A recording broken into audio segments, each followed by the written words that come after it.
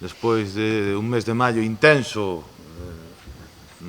tamén do teatro, pois volve con forza, pois este fin de semana de novo unha edición máis que se celebra no Carballiño, Festival Plata, Festival de Teatro Transfronterizo de Teatro Amador, e que para nós, dende logo, pois tamén sempre é unha oportunidade para descubrir novos grupos, tamén neste festival que contan, como sempre, pois con formación a través de obradoiros, incluso coloquios, incluso lecturas, e, en definitiva, pois tamén unha boa selección de grupos, de un grupo galego, un grupo portugués e un grupo tamén de Castela e León. Para nós, como digo, é importante pois que o teatro afeccionado conte co seu oco na programación. O Carballiño, dende logo, pois é unha vila que ofrece moitísimo teatro afeccionado, e aquí, de feito, tamén nos acompaña Pepín Prada, de sobra conocido do Grupo Tiruleque, que aparte de ser o Grupo Tiruleque socio da FEGATEA, que é a Federación Galega de Teatro Aficionado, que organiza pois este evento, pois tamén é o seu enlace no Carballiño, e dende logo pois tamén queremos agradecer a directiva, a todos os socios, obviamente tamén, co extensión, pero neste caso pois tamén a Chelo Pampillón, que fai un traballo increíble, ela e o seu equipo, porque isto non se organiza de un día para outro. Aquí hai moitísimo traballo e moitísimo esforzo, eu creo que é xusto tamén recoñecerlle pois a labor que fan, levan moitos anos poñendo e defendendo o teatro aficionado. Eu creo que é de xustiza recoñecerlo, e tamén pois para rematar facer un chamamento á veciñanza a que disfrute tanto o venres, o sábado e o domingo pois de obras de calidade, que se chegue ao auditorio e que vexa pois a programación e as obras pois que nos ofrecen, que sempre son, como digo, dunha calidade importante.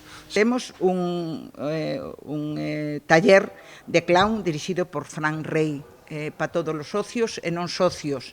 Quedan aínda prazas. Se entre hoxe e mañá alguén chama quere vir, aínda hai algunha plaza vacante, podería aproveitalo. É unha pena que non se aproveite. Vámoslo ter na residencia, nun espazo, nun salón da residencia, vaise celebrar ali. E despois arrancamos as actuacións, empeza o Venres 13, o Trasno Teatro, que é o grupo seleccionado da FEGATEA, convivir con Huntington.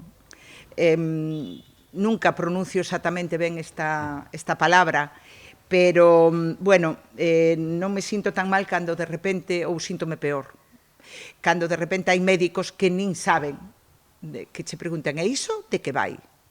Pois é triste, pero é así. É unha das múltiples enfermedades raras que temos e que non se lles presta nin axuda, nin medios. Entón, pois, como teatro estamos tamén, a parte de divertir e de facer comedia, estamos para denunciar e para exixir, pois, unha obra de denuncia e de pôr sobre o tabuleiro esta enfermedade. Ás 20:30 horas, no Manuel María, estaremos ali.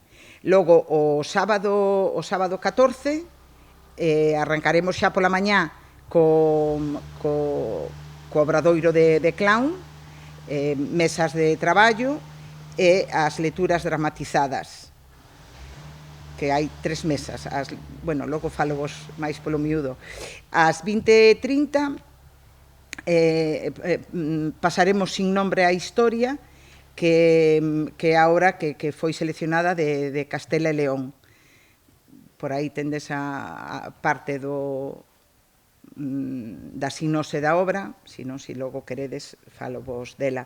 E logo, o domingo 15, termina Portugal cos Mendigos, de Duplas Teatro de Portugal. Vale, das lecturas dramatizadas.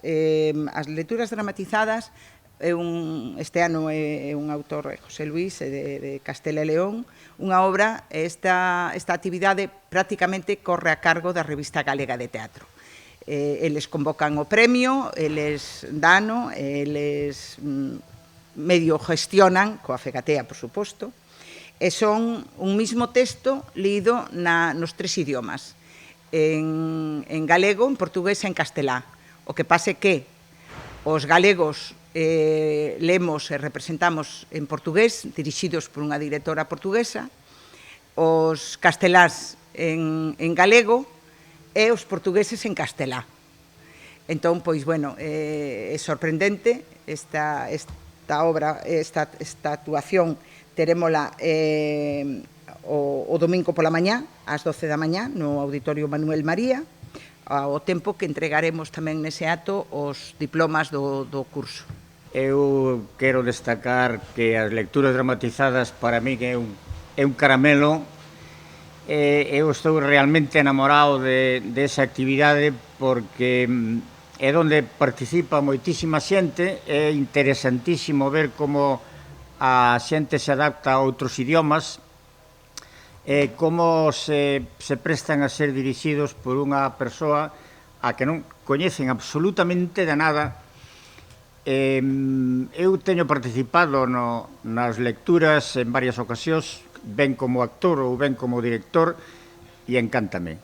É unha pena que non veña máis xente a ver as lecturas. Eu comprendo que a 12 da mañá a veces non é a mellor hora para todos, pero é interesantísimo, de verdade. É enriquecedor. Eu tive, ademais, a sorte de que cando a miña obra, a tía María, gañou o primeiro premio de festival que patrocina RQT, como acaba de dicir Chelo, e foi representada, abriúseme un mundo ver como había 3 versións completamente distintas da mesma obra.